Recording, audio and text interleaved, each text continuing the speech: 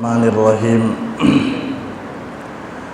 وَلَهُ الْجَوَارِ الْمُنْشَآتُ فِي الْبَحْرِ كَالْأَعْلَامِ فَبِأَيِّ آلَاءِ رَبِّكُمَا تُكَذِّبَانِ كُلُّ مَنْ عَلَيْهَا فَانٍ وَيَبْقَى وَجْهُ رَبِّكَ ذُو الْجَلَالِ وَالْإِكْرَامِ۔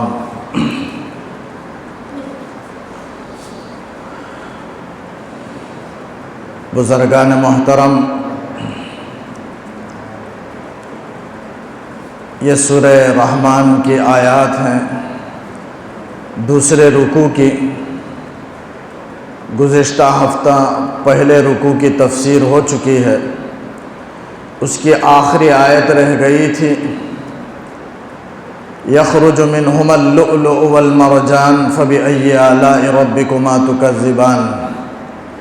سورہ رحمان میں اللہ تعالیٰ اپنی نعمتوں کا اور اپنی قدرتوں کا تذکرہ فرمایا، اور اپنی نعمتوں کو یاد دلا کر کے اللہ تعالیٰ بار بار احسان مند ہونے کا انسان کے سامنے پیش کیا کہ فَبِأَيِّ آلَاءِ رَبِّكُمَا تُكَذِّبَانِ، تم دونوں اپنے رب کی کون کون سی نعمت کو جھٹلاؤ گے۔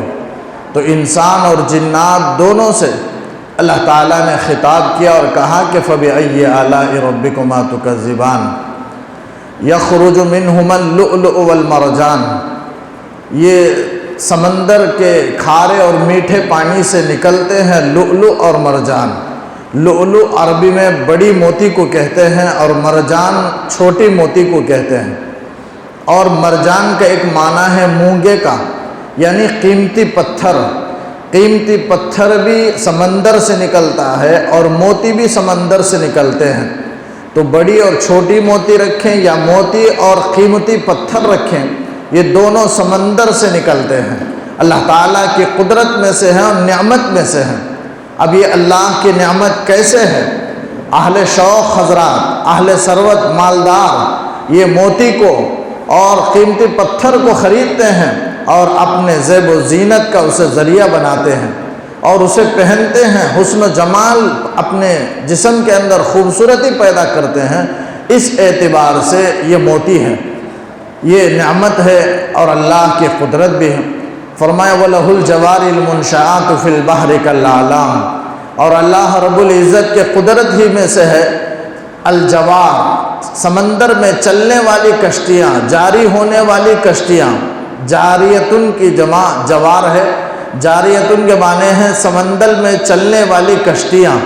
المنشآت جس کے معنی ہیں القائمات المرفوعات، یعنی سمندر میں جو بلند بلند عمارتوں کی طرح، کالأعلام پہاڑوں کی طرح بلند بلند بڑے بڑے جہازیں جو سمندر میں چلتے ہیں، یہ بھی اللہ کی قدرت بھی ہے اور نعمت بھی ہے، ورنہ سمندر کے اندر کوئی وزنی چیز تیر نہیں سکتی ہے۔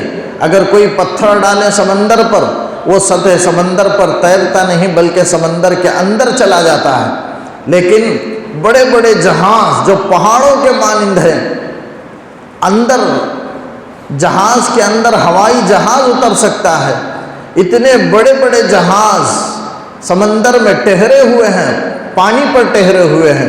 یہ ٹہرے رکھنے والی ذات کون ہے؟ اللہ رب العزت ہے۔ یہ اللہ تعالیٰ کی اس سے قدرت کا پتہ چلتا ہے کہ اللہ تعالیٰ کی قدرت میں سے ہے کہ اللہ تعالیٰ پانی پر اسے ٹکائے ہوئے رکھا ہے۔ اور اسی طرح یہ نعمت بھی ہے، یہ کشتیاں نعمت کس لحاظ سے؟ اس اعتبار سے نعمت ہے کہ سمندر میں انسان ایک پار سے ایک جگہ سے دوسری جگہ جانا ہو اور درمیان میں سمندر پڑتا ہو تو یقیناً انسان نہیں جا سکتا کشتی کے بغیر۔ تو ایک جگہ سے دوسری جگہ پہنچنے کے لیے انسان کشتی کو ذریعہ بناتا ہے اور دوسری جگہ پہنچتا ہے۔ اور اسی طرح اگر سامان، بہت سارا سامان ہو جو ایک جگہ سے دوسری جگہ کی طرف منتقل کرنا پہنچانا ہو تو جہاز کے ذریعے سے، سمندری جہاز کے ذریعے سے سارے بوجھ کو جہاز کے اندر لے جاتا ہے۔ تو اس لحاظ سے انسان سفر کرنے اور اپنے بوجھ کو لے جانے کے لحاظ سے، اپنا رزق ادھر سے ادھر منتقل کرنے کے لحاظ سے یہ جہاز بہت بڑی نعمت ہے، اور پانی پر ٹہرنا یہ اللہ کی بڑی قدرت ہے جس کا اللہ تعالیٰ نے یہاں تذکرہ کیا کہ وَلَهُ الْجَوَارِ الْمُنْشَآتُ فِي الْبَحْرِ كَالْأَعْلَامِ فَبِأَيِّ آلَاءِ رَبِّكُمَا تُكَذِّبَانِ، تم دونوں اپنے پروردگار کی کون کون سی نعمت کو تم جھٹلاؤ گے، کون کون سی نعمت کے منکر ہو جاؤ گے۔ دونوں سے مراد جنات اور انسان ہیں۔ جس طرح انسان مکلف ہے، جنات بھی مکلف ہیں، ان کو بھی حکم دیا گیا۔ جیسے انسانوں میں مومن و کافر ہیں، جنات میں بھی مومن و کافر ہیں۔ پورا قرآن کا حکم، ساری شریعت کے احکامات جنات کے لیے بھی ہیں۔ جنات میں بھی مومن ہوتے ہیں، نیک ہوتے ہیں، اور خبیث اور برے بھی ہوتے ہیں جنات میں، لیکن اللہ تعالیٰ نے دونوں کے انجام بد سے آگاہ کر دیا کہ اگر انسان اور جنات میں جو نیک ہوں گے، فرما بردار ہوں گے، دونوں کو اللہ تعالیٰ جنت میں پہنچائیں گے۔ اگر انسان اور جنات میں سے جو نافرمان ہوں گے، دونوں کو اللہ تعالیٰ جہنم میں پہنچائیں گے۔ ذہن میں ایک سوال ہو سکتا ہے کسی کا کہ جنات کو جو آگ سے پیدا کی گئی ہے، جہنم میں اگر ڈالا جائے تو آگ کیا اثر کرے گی؟ اس لیے کہ اس کی پیدائش آگ سے ہے، آگ میں آگ کیسے اثر کرے گی؟ یہ سوال ہو سکتا ہے کسی کے ذہنوں میں ہو۔ اس کے لیے ایک واقعہ ہے، واقعے سے بخوبی سمجھ سکتے ہیں کہ ایک شخص ایک فقیر کے پاس پہنچا اور جا کر کے سوال کیا۔ فقیر سے پوچھا کہ تو کہتا ہے کہ خدا ہر جگہ حاضر ہے، ہر جگہ موجود ہے، مجھے دکھا کہاں موجود ہے؟ ایک سوال اس نے فقیر سے کیا، اور دوسرا سوال یہ کیا کہ انسان جو کچھ بھی کرتا ہے، برائی ہو یا نیکی ہو، سب اللہ کی طرف سے ہوتا ہے، اللہ تعالیٰ کراتا ہے، انسان کا اپنی مرضی کا کوئی دخل نہیں، سب کچھ کرتا ہے، اللہ کی مرضی سے انسان کرتا ہے، تو پھر اللہ تعالیٰ کیوں سزا دیتا ہے؟ یہ دوسرا سوال فقیر نے کیا، فقیر سے شخص نے کیا۔ اور تیسرا سوال کیا کہ اللہ تعالیٰ ابلیس کو آگ سے بنایا، اسے جہنم میں اگر ڈالے تو پھر آگ کیا اثر کرے گی، کیسے جلائے گی؟ یہ تین سوال۔ فقیر ایک ڈھیلا اٹھا کر کے اس کے سر پر زور سے مارا، جس کی وجہ سے خون نکلنے لگا، زخم ہوا۔ وہ شخص روتا ہوا قاضی کے پاس پہنچا اور کہا کہ میں نے فقیر سے 3 سوال کیا، سوال کے بجائے اس نے ایک پتھر ماری اور مجھے زخم کر دیا۔ قاضی نے فقیر سے پوچھا تو فقیر نے کہا کہ میرے 3 سوال کا جواب وہ ایک پتھر کے ڈھیلے میں ہے، میں نے جو اسے مارا ہے۔ پہلا سوال اس نے کیا تھا کہ خدا ہر جگہ موجود ہے، دکھا مجھے کہاں ہے، تو میں پتھر مارا۔ اب وہ کہتا ہے کہ مجھے سر میں درد ہے، مجھے سر میں درد دکھا دے کہ کہاں ہے، میں اسے خدا دکھا دوں گا۔ یہ پہلے سوال کا جواب تھا۔ اور دوسرا سوال یہ تھا کہ اس نے کہا کہ جو کچھ کرتا ہے خدا کرتا ہے، پھر کیوں انسان کو سزا دی جاتی ہے؟ میں نے اسے جو پتھر مارا ہے وہ بھی خدا ہی کی طرف سے ہے، اس نے قاضی کے پاس شکایت کیوں کی اور مجھے سزا کیوں دلوا رہا ہے؟ یہ دوسرا جواب ہے۔ اور تیسرا جواب اس نے یہ کیا تھا کہ جنات کو اللہ تعالیٰ نے آگ سے بنایا، جب نافرمانی کی وجہ سے جہنم میں ڈالے گا تو آگ کیا اثر کرے گی، اس لیے کہ اس کی پیدائش آگ سے ہے۔ تو اس فقیر نے کہا کہ اللہ تعالیٰ نے تجھے مٹی سے بنایا، انسان کو مٹی سے بنایا، اب میں نے جو مارا ہے وہ مٹی کا ڈھیلا ہے، اور مٹی کا ڈھیلا اس سر پر اثر کیا یا نہیں کیا؟ اثر کیا۔ اسی طریقے سے جنات کو بھی، شیاطین کو بھی جہنم کی آگ اثر کرے گی۔ تو ایک ڈھیلے سے اس نے 3 سوال کا جواب دے دیا۔ تو مجھے عرض کرنا ہے کہ نافرمانی کی وجہ سے اللہ تعالیٰ جن ہو یا انسان ہو، جہنم میں اللہ تعالیٰ داخل کریں گے، اور اطاعت و فرما برداری کی وجہ سے اللہ تعالیٰ جنت میں داخل فرمائیں گے۔ پھر فرمایا کل من علیہا فان، ہر وہ جو زمین پر ہے فنا ہونے والا ہے۔ وَيَبْقَى وَجْهُ رَبِّكَ ذُو الْجَلَالِ وَالْإِكْرَامِ، تیرے پروردگار کی ذات ہی باقی رہے گی جو عظمت والی ہے اور اکرام اور انعام والی ہے، انہیں اپنے بندوں پر انعام فرمانے والا، کرم فرمانے والا ہے اور عظمت و عزت والا ہے۔ زمین پر جو بھی ہے وہ سب فانی فنا ہونے والا ہے۔ اس سے معلوم ہوا کہ آسمان پر جو اللہ کی مخلوق ہیں وہ فانی نہیں ہے، جیسے جنت ہے، جہنم ہے، فرشتے ہیں، حور ہے، غلمان ہیں، یہ سارے فنا نہیں ہوں گے، بلکہ زمین پر جتنی چیزیں ہیں اللہ تعالیٰ سب کو فنا کر دیں گے، کوئی چیز زمین پر باقی نہیں رہے گی۔ قیامت کے دن سب ختم ہو جائے گی، آسمان بھی ختم ہو جائیں گے، لیکن آسمان کی ساری مخلوقات باقی رہیں گی۔ کل من علیہ، یعنی قیامت کے دن جو جنت میں بھیج دیا جائے گا، جو حساب و کتاب کے بعد کا وقت ہوگا، اس میں کسی چیز کو فنا نہیں ہوگا، بلکہ ان چیزوں کو اللہ تعالیٰ باقی رکھیں گے۔ تو کل من علیہا، جو بھی زمین پر ہے فانن فنا ہونے والا ہے، کوئی باقی نہیں رہے گا، بلکہ اللہ رب العزت کی ذات باقی رہے گی۔ ایک وقت آئے گا پورے انسان ختم ہو جائیں گے، یہاں تک کہ فرشتوں کو بھی اللہ تعالیٰ ختم کر دیں گے، اور حضرت اسرائیل سے کہیں گے کہ تم بھی مر جائیں گے، اسرافیل بھی ختم ہو جائیں گے، اسرائیل بھی۔ پھر اس کے بعد اللہ تعالیٰ جب سناٹا چھایا ہوا ہوگا، اللہ تعالیٰ سوال کریں گے لمن الملک اليوم، بتاؤ آج کس کی بادشاہت ہے؟ دنیا میں تم نے خود اپنے بادشاہ ہونے کا، بڑا ہونے کا تم نے بڑائی دکھایا، لیکن آج بتاؤ آج کی بڑائی کس کے لیے، آج کی بادشاہت کس کے لیے؟ لمن الملک اليوم، تو خود اللہ تعالیٰ کہے گا للہ الواحد القہار، اس ایک اللہ کی جو قہار ہے، غالب ہے، آج اس کی حکومت ہے۔ تو اللہ تعالیٰ ہمیشہ ہمیشہ باقی رہیں گے۔ اللہ کی ذات قدیم ہے، انسان ساری مخلوقات حادث ہیں، یعنی وجود میں آنے کے بعد سب فنا ہو جائیں گے، ختم ہو جائیں گے، لیکن اللہ کی ذات ہے جو قدیم ہے، پہلے سے ہے اور ہمیشہ ہمیشہ باقی رہے گی، اسے کبھی فنا نہیں ہے، وہ واجب الوجود ہے، یعنی اس کا موجود ہونا بہت ضروری ہے۔ اسی لیے وہ پوری کائنات کی اللہ تعالیٰ تدبیر کر رہا ہے، آج بھی ہمیشہ بھی، اور مخلوقات کی جو حاجت روائی ہے اللہ تعالیٰ حاجت روائی کر رہا ہے۔ تو اللہ تعالیٰ حی ہے، زندہ ہے، قیوم ہے، پورے نظام کو تھامنے والا ہے۔ لا تاخذہ سنۃ ولا نوم، اسے اونگ بھی اور نیند بھی نہیں آ سکتی۔ اونگ جسے آدمی بیٹھنے کے بعد تھوڑا جھکتا ہے، مائل ہوتا ہے، جسے اونگ کہتے ہیں، وہ بھی اللہ تعالیٰ کو نہیں، کیونکہ اللہ پورے نظام کو سنبھالے ہوئے ہے۔ اگر اونگ آتی تو پھر پورا دنیا کا نظام درہم برہم ہو جاتا۔ جیسے سونے والے کے ہاتھ میں 2 چینی کا گلاس دے دے، کسی کو نیند کا غلبہ ہو، ایسے شخص کو بٹھا کر 2 گلاس دے دے تو وہ نیند کی وجہ سے، اونگ کی وجہ سے جھکتے ہوئے 2 گلاس آپس میں ٹکرا جائیں گے اور چور ہو جائیں گے، فنا ہو جائیں گے، ٹوٹ جائیں گے۔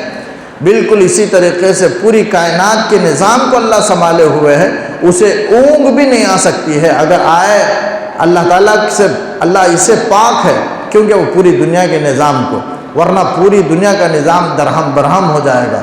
کل من ویبقى وجہ ربک ذو الجلال والاکرام فبأی آلاء ربکما تکذبان۔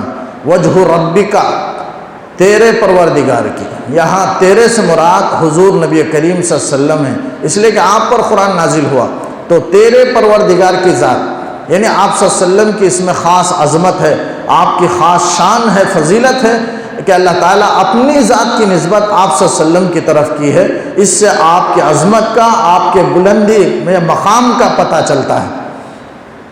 فَبِأَيِّ آلَاءِ رَبِّكُمَا تُكَذِّبَانِ، تم دونوں اپنے رب کی کون کون سی نعمت کو جھٹلاؤ گے۔ يَسْأَلُهُ مَنْ فِي السَّمَاوَاتِ وَالْأَرْضِ كُلَّ يَوْمٍ هُوَ فِي شَأْنٍ، ہر چیز جو بھی زمین و آسمان میں ہے سب اسی سے مانگتے ہیں۔ يَسْأَلُهُ، سوال کرتے ہیں اسی سے، مَنْ فِي السَّمَاوَاتِ وَالْأَرْضِ، جو بھی ہیں، جتنے بھی مخلوق آسمانوں میں ہیں، چاہے فرشتے ہوں، فرشتے کو کھانے پینے کی ضرورت نہیں، لیکن پھر بھی اللہ کے فضل کے اور رحمت کے وہ محتاج ہیں، اللہ کی رحمت کو وہ طلب کرتے ہیں، تو ان کو رحمت کی، اللہ کے فضل کی ضرورت ہے۔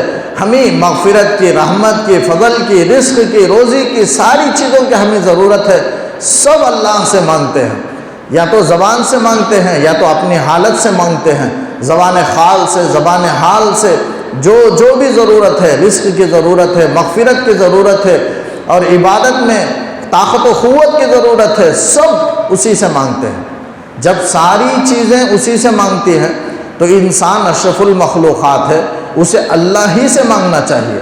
اللہ تعالیٰ ایک بہترین چیز دعا کی شکل میں دے دی ہے کہ دعا کرے گا تو گویا بندہ اللہ سے مانگتا ہے، دعا کرنے والا اللہ سے مانگتا ہے، ہر چیز اللہ تعالیٰ سے مانگے، چاہے معمولی ہو یا غیر معمولی ہو، چھوٹی ہو بڑی ہو، ہر چیز کو اب اللہ سے مانگنے کی عادت ڈالے، اللہ تعالیٰ ضرور دعاؤں کو قبول کرے گا، لیکن پورے درد دل کے ساتھ، یکسوئی کے ساتھ، توجہ کے ساتھ اللہ تعالیٰ سے مانگے تو اللہ تعالیٰ ضرور بندے کی حاجت روائی کرے گا۔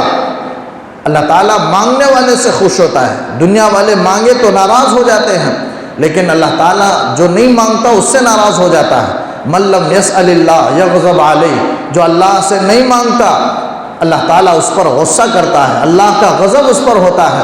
لہذا ہر چیز کو اللہ سے مانگنا چاہیے، غیر اللہ سے ہرگز نہ مانگے، اللہ کے علاوہ سے ہرگز نہ مانگے. اس لیے کہ غیر اللہ کو جو لوگ جن کو بڑا سمجھ کر کے، خدا سمجھ کر کے، ولی سمجھ کر کے ان سے مانگتے ہیں، وہ بھی اللہ ہی کے رحمت کے فضل و کرم کے محتاج ہیں، وہ بھی اللہ کی رحمت کو طلب کرتے ہیں. جیسے دوسری آیت میں ہے، 15ویں پاری کی آیت میں، اولئک الذین یدعون، یہ وہ لوگ جن کو وہ پکارتے ہیں، یعنی غیر اللہ کو جو پکارتے ہیں، یبتغون فضلا من الی ربہم الوسیلہ، یبتغون الی ربہم الوسیلۃ ایہم اقرب ویرجون رحمتہ. وہ اللہ سے قریب ہونے کو چاہتے ہیں، وہ اللہ سے وسیلے کو طلب کرتے ہیں. ویرجون رحمتہ، پورے اولیاء اللہ جتنے بھی لوگ جن کو بھی پکارتے ہیں سب اللہ کی رحمت کے امیدوار ہیں. وَيَخَافُونَ عَذَابَهُ، اور اس کے عذاب سے ڈرتے ہیں. پورے ولی جب وہ خود اللہ کی رحمت کے محتاج ہیں تو ہم اللہ سے مانگے. جو ولی اللہ کی طرف متوجہ ہوتے ہیں، ہم بھی اللہ کی طرف متوجہ ہوں اور اللہ ہی سے مانگیں. اس لیے کہ زمین و آسمان کی ساری چیزیں اللہ سے مانگتی ہیں.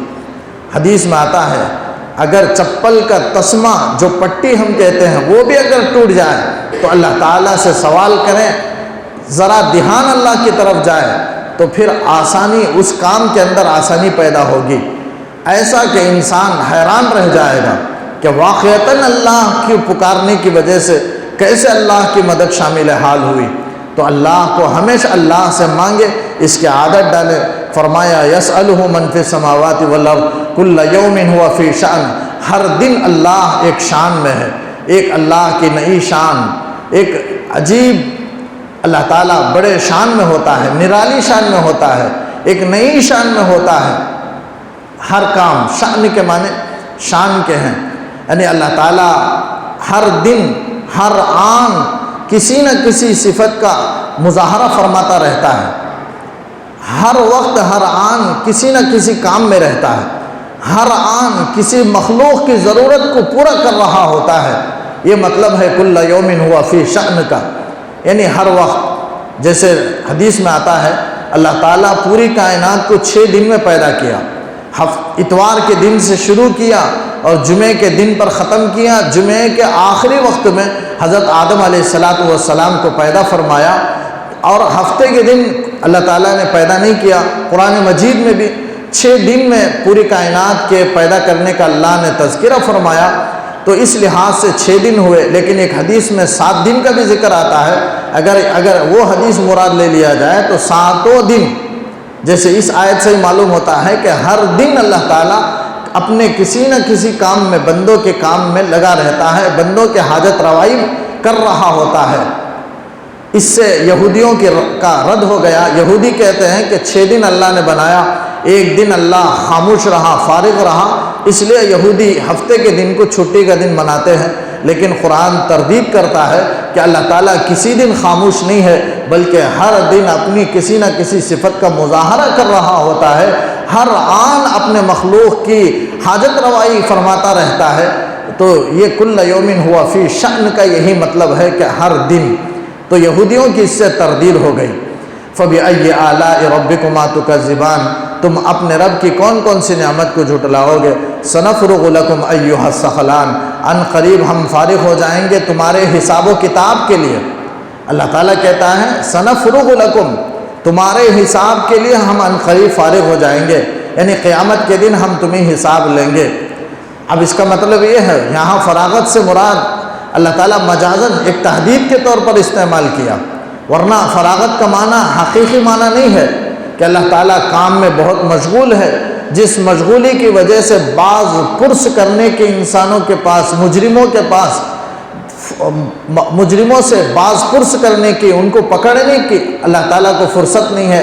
آج ایک کام میں لگا ہوا ہے، ایسا نہیں ہے. اللہ تعالیٰ ایک کام کر رہے ہیں تو دوسرا کام بھی کر سکتے ہیں. اللہ کے لیے کوئی بعید نہیں ہے. یہ تو بندوں کے لیے مشکل ہے کہ ایک کام میں لگے رہنے کے باوجود دوسرا کام انجام نہیں دے سکتا، لیکن اللہ ایسا نہیں ہے کہ ایک مصروفیت میں ہونے کے باوجود وہ مصروفیت دوسری مشغولیت کے لیے مانع ہو، ایسا نہیں ہے، بلکہ کئی بیک وقت اللہ تعالیٰ کئی کام کر سکتا ہے۔ اللہ تعالیٰ ایک نئے شان میں، نئی طاقت میں ہوتا ہے، اللہ تعالیٰ ایک عجیب نرالی شان میں، عجیب کیفیت میں ہوتا ہے۔ مانے یا نہ مانے، یعنی ماننے والے اگر اطاعت میں لگے تب بھی اللہ تعالیٰ ایک اپنی بڑی شان میں ہوتا ہے، اگر نافرمانی کرنے والے نافرمانی کریں تب بھی اللہ تعالیٰ کی شان میں کوئی کمی نہیں آتی۔ اللہ تعالیٰ کی شان برابر ہے اور بڑی ہوئی ہے اور غالب ہے، اور ایک نئی شان ہے، ایک نرالی شان ہے، اس میں اللہ تعالیٰ ہوتا ہے، اس کے شان میں کبھی کمی نہیں آ سکتی۔ تو فرمایا سنفرغ لکم، ہم ان قریب فارغ ہو جائیں گے، مطلب یہ کہ متوجہ ہو جائیں گے، متوجہ حساب و کتاب کی طرف ہم دیں گے۔ تو اس کا یہ مطلب نہیں کہ آج فرصت نہیں ہے، بلکہ اللہ تعالیٰ کا ہر کام ایک مقررہ وقت کے مطابق ہوتا ہے، بے وقت اللہ تعالیٰ کا کوئی نظام، کوئی کام نہیں ہوتا، ہر کام وقت کے تحت میں ہوتا ہے۔ آج اللہ تعالیٰ بندوں کے حاجت روائی کا ہے، اللہ تعالیٰ بندوں کے حاجت روائی کو، کل حساب و کتاب کا موقع ہے، تو کل قیامت کے دن اللہ تعالیٰ حساب و کتاب لیں گے۔ جیسے آیت میں ہے اقترب للناس حسابہم، لوگوں کے حساب کا وقت قریب آ گیا، وہم فی غفلۃ معرضون، لیکن لوگ غفلت میں اعراض کیے ہوئے پڑے ہوئے ہیں، حالانکہ ان کے حساب کا وقت قریب آ گیا۔ تو گویا اس میں ایک تہدید ہے، ایک ڈرانا ہے، سنفرغ لکم کے اندر ایک ڈرانا ہے، اور یہ ڈرانا بھی اللہ کی نعمت ہے، اس لیے کہ کوئی آدمی حساب و کتاب کے لیے اچانک پہنچ جائے تو انسان کو بڑی مشکل ہوتی ہے، لیکن اطلاع کے بعد اگر کوئی حساب و کتاب کے لیے آئے تو پھر اتنی پریشانی نہیں ہوتی۔ تو بالکل اسی طرح کل قیامت میں جو عذاب کی جو پریشانیاں ہوں گی، اللہ تعالیٰ اس سے پہلے ہی آگاہ کر دیا۔ یہ اللہ کا بڑا احسان ہے، بڑی نعمت ہے، ورنہ مرنے کے بعد فوراً اچانک پکڑ لیتا اور جہنم میں ڈال دیتا تو پھر انسان پریشان ہوتا اور جہنم سے بچنے کی اسے کا موقع نہیں ملتا، لیکن دنیا میں اللہ نے جہنم سے ڈرایا جس کی وجہ سے بچنے کا اسے موقع ملتا ہے۔ تو یہ بھی اللہ کی بڑی نعمت ہے، تحدید، ڈرانا، تاکہ انسان بچ کر کے جنت میں چلا جائے۔ تو فرمایا سنفرغ لکم ایھا الثقلان، ہم ان قریب فارغ ہو جائیں گے تمہارے حساب و کتاب کے لیے، اے جن و انس، اے دو بھاری مخلوق۔ ثقلان ثقل کا تثنیہ ہے، ثقل کے معنی ہے عربی میں بھاری، بھاری یعنی کسی کے اوپر رکھا ہوا بوجھ، لدا ہوا وزن، اسے بوجھ کہتے ہیں، عربی میں ثقل کہتے ہیں۔ انسان بھی اگر نافرمانی کرے تو یقیناً زمین پر بوجھ ہے، جن بھی بوجھ ہے، انسان بھی بوجھ ہے، زندگی میں بھی بوجھ بنتا ہے، مرنے کے بعد بھی قبر میں اسے دفن کر دیا جاتا ہے تو زمین کا وہ بوجھ بنتا ہے۔ تو یقیناً انسان اور جن نافرمانی کی صورت میں بوجھ بنتا ہے، لیکن اگر فرما برداری کر لے تو پھر یقیناً اشرف المخلوقات میں ہوتا ہے۔ اور ثقل کا دوسرا معنی قابل قدر چیز، انسان قابل قدر بن جاتا ہے، قابل احترام بن جاتا ہے۔ تو ثقل کا دو معنی ہے، ایک بوجھ کا، نافرمانی کرے تو زمین پر جن بھی انسان بھی بوجھ ہیں، لیکن اگر فرما برداری کر لے تو ثقل کا دوسرا معنی ہے، دوسرا معنی قابل قدر چیز، قابل احترام چیز، تو انسان قابل قدر بن جاتا ہے، اشرف المخلوقات میں اس کا شمار ہو جاتا ہے۔ انسان اشرف المخلوقات ہے، اس کا کیا مطلب ہے؟ اس کا مطلب یہ ہے کہ ایمان ہونے کی صورت میں اشرف المخلوقات، اللہ کی عبادت کرنے کی صورت میں، بندگی کی صورت میں وہ اشرف المخلوقات بنتا ہے، عام حالت میں وہ اشرف المخلوقات نہیں۔ انسان گناہ کرے، زنا کرے، چوری کرے، کیا وہ فرشتوں سے افضل ہو جائے گا؟ فرشتے بھی ایک مخلوق ہیں، فرشتوں سے افضل نہیں ہوگا۔ فرشتوں سے افضل ہونے کے لیے ایک شرط ہے، ایمان اور عمل صالح۔ عبادت کے موقع پر مثلاً اب قرآن ہم سن رہے ہیں تو قرآن کی کوئی تلاوت کرے، قرآن کو سنے، تو اب یہ سننا یہ فرشتوں سے افضل کام ہے۔ اب ہم لوگ جو سنے ہوئے ہیں، قرآن کی طرف متوجہ ہیں، وہ انسان فرشتے سے افضل ہیں۔ اسی لیے حدیث میں آتا ہے فرشتے اپنی عبادت کو چھوڑ کر جہاں قرآن سنائی جاتی ہے، تلاوت کی جاتی ہے، وہاں فرشتے اتر آتے ہیں۔ کیوں؟ اس لیے کہ اپنی عبادت سے بڑھ کر بندوں کا قرآن سننا یہ بڑی چیز ہے۔ اس لیے کہ انسان ہونے کے باوجود، اس کے ساتھ خواہشات ہونے کے باوجود، وہ تمام خواہشات کو چھوڑ کر کے اللہ کی بندگی کی طرف آیا ہے، اس لیے وہ فرشتے سے اس کی عبادت فرشتے سے افضل ہو جاتی ہے۔ فرشتے کے اندر گناہ کا مادہ نہیں ہے، صرف نیکی ہی کرتے رہتے ہیں، لیکن انسان کے اندر گناہ کا بھی مادہ ہے، نیکی کا بھی مادہ ہے، لیکن انسان گناہ کو چھوڑ کر نیکی میں لگا ہوا ہے، قرآن کے سننے میں لگا ہوا ہے، اس لیے اس کا سننا اور اس کا اس تھوڑی دیر کے لیے فرشتوں سے افضل ہونا ہو جاتا ہے۔ انسان فرشتے سے افضل بن جاتا ہے اور اس کی عبادت فرشتے سے افضل ہو جاتی ہے، فرشتوں کی عبادت سے بڑھ کر ہو جاتی ہے، کیونکہ وہ عبادت کے وقت میں اشرف المخلوقات بن گیا، اس لیے کہ اس کے اندر خواہشات ہیں، اسے چھوڑ کر کے وہ فرما برداری پر آ گیا، اس لیے وہ یہ ہے اشرف المخلوقات کا مطلب۔ یہ نہیں ہے کہ انسان گناہ پر گناہ کرتا چلا جائے، اشرف المخلوقات بن جائے، چوری کرے، زنا کرے اور اشرف المخلوقات بن جائے، ایسا نہیں ہے، بلکہ عبادت کے موقع پر اشرف ہوتا ہے، غیر گناہ کے موقع پر اس تمام مخلوقات میں سب سے بدتر بن جاتا ہے۔ جیسے حدیث میں آتا ہے، انسان چوری کرتا ہے، زنا کرتا ہے تو ایمان اس سے ہٹ جاتا ہے، اس لیے کہ ایمان اچھی چیزوں کو جمع کرتا ہے، یہ برائی، گناہ، یہ سب ایمان کے خلاف باتیں ہیں، کفر کی باتیں ہیں۔ جب انسان وہ چیزوں کو اپناتا ہے تو ایمان اس سے تھوڑی دیر کے لیے ہٹ جاتا ہے، جب انسان گناہ کر کے فارغ ہوتا ہے تو پھر ایمان اس کی طرف لوٹ کر کے آتا ہے۔ اللہ تعالی ہم سب کی حفاظت فرمائے، ایمان کے ساتھ خاتمہ فرمائے۔ تو انسان اشرف المخلوقات میں ہوتا ہے، تب ثقل کا دوسرا معنی ہے یعنی قابل قدر چیز۔ تو ثقلان کے معنی ہیں بوجھل، تو وزنی چیز، ایک بوجھ، تو یہاں وہ دو معنی، تو ثقلان سے جن اور انس، جنات اور انسان دونوں مراد ہیں۔ اللہ تعالیٰ کہتا ہے فَبِأَيِّ آلَاءِ رَبِّكُمَا تُكَذِّبَانِ، تم اپنے پروردگار کی کون کون سی نعمت کے منکر ہو جاؤ گے۔ یا معشر الجن والانس ان استطعتم ان تنفذوا من اقطار السماوات والارض فانفذوا لا تنفذون الا بسلطان، اے گروہ جن انس، اے جنات و انسان کی جماعت، ان استطعتم، اگر تم سے ہو سکے کہ ان تنفذوا من اقطار السماوات والارض، زمین و آسمان کے کونے سے اور اس کے دائرے سے تم نکل کر بھاگنا چاہو تو فانفذوا، بھاگ کر دکھاؤ، بھاگ نکلو، لا تنفذون الا بسلطان، تم بھاگ نہیں سکتے اللہ کی پکڑ سے کہیں بھی۔ اگر بھاگنا ہو تو بڑی قوت کی طاقت کی ضرورت ہے، اور انسان کو وہ قوت و طاقت عطا نہیں کی گئی ہے جو اللہ کی حکومت سے اور زمین و آسمان کے دائرے سے وہ باہر نکل جائے۔ وہ قوت اللہ نے جنات و انسان کو نہیں دی ہے، جب نہیں دی ہے تو انسان اللہ کی پکڑ سے بچ نہیں سکتا۔ اللہ تعالیٰ کہتا ہے کہ اگر تم گناہ کرتے رہو اور یہ چاہو کہ یہ اگر تمہارا خیال ہے کہ ہم اللہ کے عذاب سے کسی نہ کسی طرح بچ جائیں گے اور زمین و آسمان سے بھاگ جائیں گے، اللہ کی پکڑ سے بچ جائیں گے، تو اللہ تعالیٰ کہتا ہے بھاگ کر دکھاؤ، نکل کر کے دکھاؤ۔ کہیں اگر تم بھاگ سکتے ہو تو کہیں بھاگ نہیں سکتا انسان، اگر پوری دنیا سے اگر بھاگ کر نکلے تو پھر اوپر جائے گا، نیچے زمین ہے، جتنا بھی نیچے چلا جائے وہاں تک اللہ کی حکومت ہے، انسان نہیں بھاگ سکتا۔ اوپر بھاگے تو 7 آسمان ہے، 7 آسمان کو پار کر کے بھی بھاگے تو پھر کرسی ہے، پھر کرسی کو پار کر کے بھاگے تو عرش ہے۔ اتنی طاقت ہی نہیں ہے انسان کے اندر کہ پار کر سکے، یعنی اللہ کے پکڑ سے انسان بچ نہیں سکتا۔ اللہ تعالیٰ تحدید کر رہا ہے کہ کسی بھی طریقے سے اللہ کی پکڑ سے تم بھاگ نہیں سکتے۔ گویا یہ اسی طرح ہے کہ اللہ تعالیٰ کہتا ہے فَأْتُوا بِسُورَةٍ مِّن مِّثْلِهِ، تم ایک صورت لا کے دکھاؤ۔ یعنی قرآن، کفار مکہ کہتے تھے کہ قرآن حضور نبی کریم صلی اللہ علیہ وسلم کا بنایا ہوا ہے۔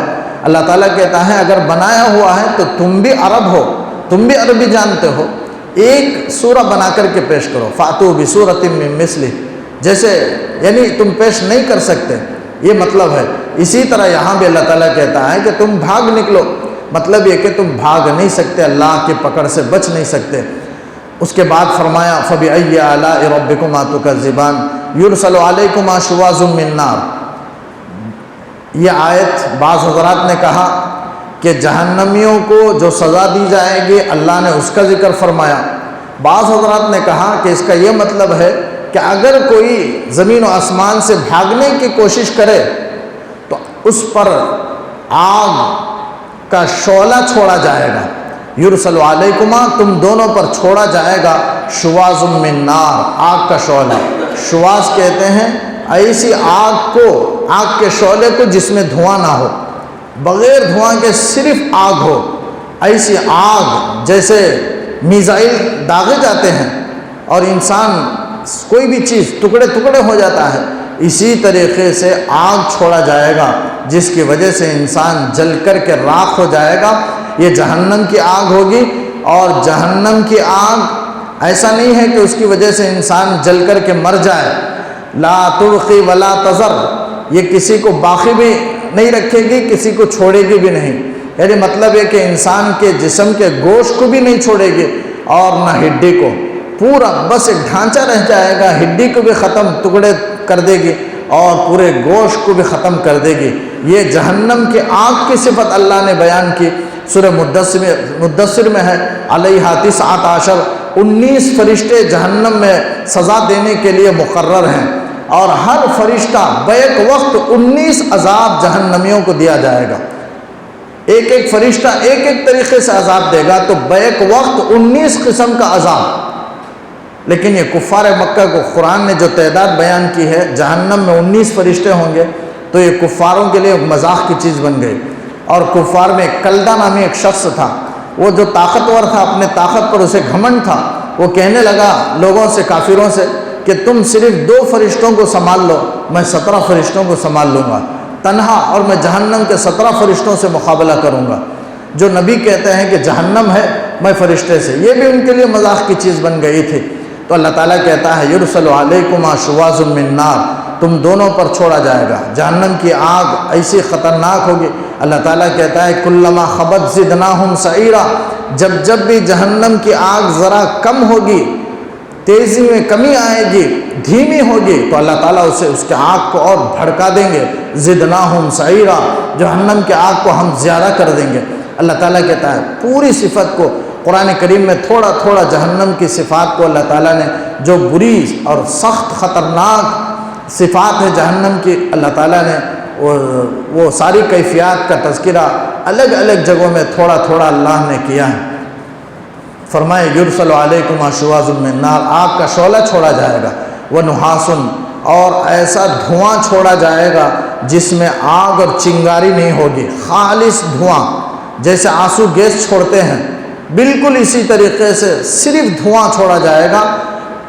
علماء نے لکھا ہے جہنم میں یہ دونوں قسم کے عذاب ہیں، صرف آگ کا عذاب، صرف دھواں کا عذاب۔ دھواں کی وجہ سے حلق گھٹے گا انسان، دم اس کا گھٹنے لگے گا، اور لیکن نہ مرے گا نہ جیے گا، یہ حالت ہو جائے گی۔ جہنم کی آگ اسے مرائے گی بھی نہیں اور اسے زندہ بھی نہیں چھوڑے گی، بالکل درمیان کی کیفیت، انسان تڑپتا رہے گا، اور جہنم میں اسے یہ سزا دی جائے گی۔ فرمایا وَنُحَاسٌ، دھواں چھوڑا جائے گا، فَلَا تَنْتَصِرَانِ، اے جن و انس اس وقت تمہاری کوئی مدد نہیں کر سکے گا تم دونوں کی۔ فَبِأَيِّ آلَاءِ رَبِّكُمَا تُكَذِّبَانِ، فَإِذَا انشَقَّتِ السَّمَاءُ فَكَانَتْ وَرْدَةً كَالدِّهَانِ، جب آسمان پھٹ جائے اور گلابی رنگ کی طرح ہو جائے گا، سرخ چمڑا کی طرح گلابی رنگ کا ہو جائے گا۔ دھان کے معنی ہیں لال چمڑا ایک معنی، اور دوسرا معنی عربی میں دھان کا ہے کہ تلچھٹ، تیل کے تلچھٹ کی طرح آسمان جم جائے گا۔ اللہ تعالیٰ پھاڑ دیں گے آسمان کو۔ کیوں پھاڑیں گے آسمان کو قیامت میں؟ اس لیے کہ فرشتوں کو اترنے کے لیے، فرشتے زمین پر اتریں گے، سارے انسانوں کو میدان محشر کی طرف ہانکیں گے، اس لیے آسمان کو پھاڑ دیا جائے گا، اور لال چمڑے کی طرح، تیل کی تلچھٹ کی طرح آسمان ہو جائے گا، اور زمین کو اللہ تعالیٰ پھیلا دیں گے۔ وَإِذَا الْأَرْضُ مُدَّتْ، زمین پھیلا دی جائے گی، یعنی اب جو زمین ہے اس سے بہت زیادہ اللہ تعالیٰ اسی زمین کو پھیلا دیں گے۔ یہ زمین فنا نہیں ہوگی، اسی زمین پر قیامت قائم ہوگی، اللہ تعالیٰ اور پھیلا دیں گے، اس لیے کہ پورے انسانوں کو اس میں سمانا ہے۔ آدم علیہ السلام سے لے کر کے قیامت تک جتنے بھی آئیں گے سب کو اسی زمین میں ٹہرنا ہے اور اللہ کے سامنے حساب دینا ہے، اس لیے اس زمین کو پھیلا دی جائے گی۔ فرمایا جب فَبِأَيِّ آلَاءِ رَبِّكُمَا تُكَذِّبَانِ فَيَوْمَئِذٍ لَا يُسْأَلُ عَنْ ذَنبِهِ إِنسٌ وَلَا جَانٌ، اس دن کسی سے نہیں پوچھا جائے گا اس کے گناہ کے بارے میں، کسی انسان سے اور نہ کسی جن سے۔ یعنی اللہ تعالیٰ قیامت میں کسی انسان اور جن کو گناہ کے بارے میں نہیں پوچھیں گے، کوئی فرشتہ بھی نہیں پوچھے گا کہ تم نے گناہ کیا ہے یا نہیں کیا ہے، یہ نہیں پوچھا جائے گا۔ تم نے گناہ کیوں کیا یہ پوچھا جائے گا، اس لیے کہ سب جانتے ہوں گے، ہر ایک کے پیشانی پر ایک خاص علامت ہوگی گنہگاروں کی، اسے دیکھ کر کے فرشتے سمجھ جائیں گے کہ مجرم ہے، گنہگار ہے، وہ پکڑ کر کے اسے جہنم کی طرف لے جائیں گے۔ تو یہاں ہے فَيَوْمَئِذٍ لَا يُسْأَلُ، تو کسی انسان اور جن کو نہیں پوچھا جائے گا کہ تم نے یہ گناہ کیا کہ نہیں کیا، بلکہ یہ پوچھا جائے گا کہ کیوں کیا۔ اسی کا اللہ نے تذکرہ فرمایا کہ فَبِأَيِّ آلَاءِ رَبِّكُمَا تُكَذِّبَانِ يُعْرَفُ الْمُجْرِمُونَ بِسِيمَاهُمْ، کیوں نہیں پوچھا جائے گا؟ فرمایا مجرم پہچان لیے جائیں گے ان کی علامتوں سے۔ ہر ایک کی علامت ہوتی ہے۔ انسان دنیا میں کوئی امتحان لکھتا ہے، امتحان میں اگر وہ برابر جواب نہ لکھے سوال کا تو اس کے چہرے پر ظاہر ہو جاتا ہے، جو آنکھوں کے جو رنگ میں تبدیلی ہے اور چہرے پر جو اداسی ہے، اترا ہوا چہرہ، وہ بتا دیتا ہے کہ اس نے امتحان میں جواب ٹھیک طریقے سے نہیں لکھا۔ یہی حالت کل قیامت میں ہوگی کہ چہرے سے پہچان لیا جائے گا۔ جیسے ہم چہرے کو دیکھ کر کے نمازی ہونے کا پتہ لگاتے ہیں، پیشانی پر ایک علامت ہوتی ہے، دیکھ کر کے اسے پہچان لیتے ہیں، اسی طرح قیامت میں حضور نبی کریم صلی اللہ علیہ وسلم اپنی امت کو اعضائے وضو سے جو چمک رہا ہوگا اس سے پہچان لیں گے کہ یہ میرا امتی ہے۔ فرمایا ان امتی تدعون غرم محجلین، قیامت میں میری امت کو پکارا جائے گا غرم محجلین کر کے۔ غر کے معنی ہے گھوڑے کے پیشانی پر سفیدی، جو چمکتا ہوا سفیدی ہوتا ہے اسے غر کہتے ہیں۔ ویسے ہی قیامت میں مسلمانوں کے، مومنوں کے، وضو کرنے والوں کے پیشانی پر ایک سفید چمکتا ہوا نور ہوگا، اسے دیکھ کر کے پہچان لیں گے کہ رسول اللہ صلی اللہ علیہ وسلم کا امتی ہے۔ اور محجل کے معنی ہے جس کے ہاتھ اور پیر میں سفید نشانی ہو۔ گھوڑے کے پیر کی نشانی کو، سفید نشانی کو تحجیل کہتے ہیں۔ بالکل ہاتھ اور پاؤں جو اعضائے وضو انسان دھوتا ہے، قیامت میں چمکیں گے، سفید روشن ہو کر چمکیں گے، جس سے پہچان لیا جائے گا کہ آپ صلی اللہ علیہ وسلم کے امتی ہے۔ تو اسی کو اللہ نے فرمایا یعرف المجرمون بسیماہم، مجرمین کو پہچان لیا جائے گا ان کے علامتوں سے۔ فیؤخذ بالنواصی والاقدام، پس نواسی ناسیتن کی جمع ہے، ناسیہ کے معنی ہے پیشانی کے بال کو پکڑ لیا جائے گا، والاقدام اور پیروں کو، پاؤں کو پکڑ لیا جائے گا اور جکڑ دیا جائے گا، پھر جہنم میں پھینک دیا جائے گا۔ بعض حضرات نے کہا کہ کسی کو سر کے بالوں سے پکڑا جائے گا اور کسی کو پیر سے پکڑا جائے گا، بعض نے کہا کہ دونوں سے، کبھی اس طرح کبھی اس طرح، کبھی دونوں کو، پیشانی کے بال اور پیر کو دونوں کو پکڑا جائے گا، پکڑ کر کے جہنم کی طرف، جہنم کے گڑھے میں ڈال دیا جائے گا۔ فرمایا فیؤخذ بالنواصی والاقدام فبأی آلاء ربکما تکذبان، تم اپنے پروردگار کی کون کون سی نعمت کو جھٹلاؤ گے۔ بس یہاں تک کہ انشاءاللہ آئندہ میں عرض کروں گا۔ بہرحال دو چیزیں ہیں، ایک پابندی ہے، ایک آزادی ہے۔ آگے اللہ تعالیٰ جنت کی نعمتوں کا تذکرہ کر رہا ہے۔ اب تک جہنم کا خوفناک جو منظر تھا عذاب کا، اللہ نے اسے پیش کیا۔ تو گویا آزادی اور پابندی دونوں ایک جگہ جمع نہیں ہو سکتے۔